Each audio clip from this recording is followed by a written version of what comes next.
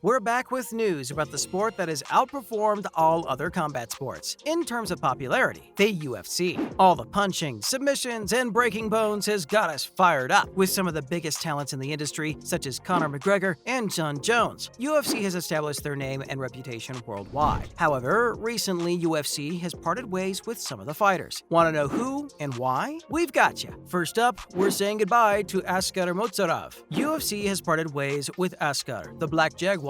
Even though he was doing great. Being in the light heavyweight division, the fighter bagged himself 19 wins and 13 losses. These wins include an astonishing 11 knockouts and 6 submissions. The progress may not be as quick as the audience would like, but he's clearly a talented individual. So, why let go of a fighter with so much potential? Are you wondering the same? Apparently, the fighter's team had made several attempts to hide the real number of losses, and the fighter even denied taking part in the fights, even though there's video proof. Talk about being stupid. As if the lying wasn't enough, he wanted to go big or go home. Reportedly, the fighter changed his name from Arthur Shudkov to Askar in order to remove the previous losses to his name. His team even went so far as to put forward fake wins to keep him going. Well, nothing has come of it, but this team's definitely got his back. Oh, but there's more here. The dude went on to wreck his reputation by providing an email written by a fake user, claiming to be a representative of Full Metal Dojo, which said that Askar had not lost the fight, after which footage of the match surfaced and surprise, surprise, he lost. Honestly, a guy who's a fraud and so bad at hiding it, we would have let him go too. One last thing, he went as far as replacing his name with another fighter to prove that he didn't even compete, so he wouldn't have to show his loss. We think the only thing that this guy is really good at is lying. Next up, Louis Smolka was shown the door. Louis, nicknamed The Last Samurai, has parted ways with the UFC even though he had a good career ahead of himself. Part of the Bantamweight division, Louis had 17 wins over 9 losses, in which he had 8 knockout wins with 4 first-round finishes. The former star was a headliner for the UFC, and we're sad to see him go. UFC Roster Watch, a Twitter handle that keeps track of updates on the official site, has reported that the fighter has been removed, taking you back to when he first began in 2014 as part of the flyweight division and made a great first run, having 5 wins over 1 loss. He was released in UFC in 2017 as well, but after making 3 straight wins in the regionals, he was brought back. The victories didn't last, however. He lost by getting knocked out, fight after fight, which happened for the first time in his career. The guy hadn't been knocked out in 10 years. We'd say that's quite an accomplishment, don't you think? Following the release, the star took to Twitter and stated that he's excited about testing the free agency. He explained further, saying that mixed martial arts is ever-changing and just like boxing. It might develop into something that allows big fighters to go around the globe and fight each other. Sounds like the samurai won't accept defeat so easily. He also said this could be very lucrative for him, since he won't need the UFC, and that his own manager, as well as the team, can get everything in order. Talk about having a growth mindset. We're super impressed. And the last one to go, Chas Skelly. Skelly, a fighter of the featherweight division, nicknamed as the Scrapper, is leaving the UFC by taking a retirement. The star had a great career going with 19 wins and just 3 losses. His wins included 4 knockouts and 10 submissions. Now that's impressive. During his last fight with Mark Striegel, he made an exceptional win by knocking him out in the second round, the first time he had in 7 years. Ending his career on a high note, we like this fella. The star reported that he doesn't plan on fighting anymore because his body isn't as good as it used to be, and he wants to focus on his company. We think post-career planning is just as important, are we right? The star also mentioned that he gave it his all and is happy that his body held up for the fight. He's happy and feeling peaceful with where he's at. What more can you ask for? And finally, UFC favoring some fighters over others. The industry has been linked with cutting out fighters after they've lost a number of fights, mainly 3. Although this has happened a lot, it's not the same with some fighters. Dan Hardy had 4 consecutive losses, so he should be cut off, right? Wrong. The president of UFC, Dana White, said that he'd keep him around because he shows up for a fight. But isn't that what all fighters are doing? The industry basically runs on the fact that fighters always come to fight and wouldn't even exist without them. To be honest, this reeks of preferential behavior, and we aren't here for it. Some say fighters are kept because of their nationality. Let's explain it this way. If there was a fighter from Canada and he lost more than 3 bouts, he might not be released because Canada is one of the largest fan bases UFC has, and releasing the fighter may bite them financially. While some might not agree with this, we certainly think it's a case in point. What are your thoughts? Let's move on to the latest news and updates. First up, Nate Diaz wants out of his UFC deal. Diaz, who has an outstanding career of 20 wins and 13 losses, has one last fight left in his contract. However, there's a catch. He wants to get out and leave the promotion and feels that he's being held captive in order to stop him from earning what he can. UFC has the guy by a mean right hook. The star, who is famous for the fight against McGregor, has received enormous money offers from outside the UFC, but isn't able to do so because of his contract. We say, let the man go if he wants to leave. The fighter asserted that no amount of money could keep him in the UFC and that he wants out as soon as possible. He was put on display for 3 years and has been able to fight only 4 times since he became popular after winning the fight against McGregor. He said in an interview that he's been trying for months to bring himself back, but the industry just isn't letting him go. He also mentioned that in the end, his main objective was to leave. We think the UFC is being a bit too greedy, holding him back like this and not letting him explore different opportunities. Now, UFC's next big fight. Coming to your screens on the 20th of August 2022, a fight between 2 superstars is set to take place. Kamaru Usman, or Nigerian Nightmare as we know him, fights with Leon Edwards, dubbed as Rocky. Usman currently holds the title of welterweight champion, with an astonishing record of 20 wins to a mere single loss. The man has basically had a 19-win streak going and has defended his title 4 times before. To top it off, 9 of his victories are knockout wins. Talk about some serious commitment. This guy won't give the belt to anyone. Truly a nightmare for other fighters. On the other side of the ring, we have Edwards, who is currently at 2nd place in the welterweight division, and will face off with Kamaru for a chance to snatch his title. Edwards also has an impressive career with 19 wins and 3 losses, along with 6 knockout wins. Rocky's pretty rockin' in the UFC. Given all that, will Kamaru be able to defend his championship title, or will he finally be dethroned? We'll find out. And lastly, the Jorge Masvidal and Kobe Covington 911 call was released. Masvidal was charged with aggravated battery when he allegedly attacked his former rival, Covington, in a restaurant. He denied doing it, of course. This incident left Covington with a chipped tooth and a damaged Rolex. Talk about bad luck. The call made to 911 by an officer was released recently, and it went something like, "Can we send a bunch or a few units?" The officer is clearly nervous to take the fighter on by himself, and frankly, we would be too. The last fight between the two was followed by a lot of trash talk. While we aren't sure what really happened or if Masvidal was involved or not, we do know that there was a lot of pent-up anger between these two, and something like this was bound to go down. What do you guys think? That's a wrap for this video. What are your thoughts on the UFC releasing so many fighters? Do you think it's unfair to some? Let us know in the comments below. Make sure to give this video a thumbs up, subscribe to our channel, and press that bell icon for the latest information and news like this. See you in the next one.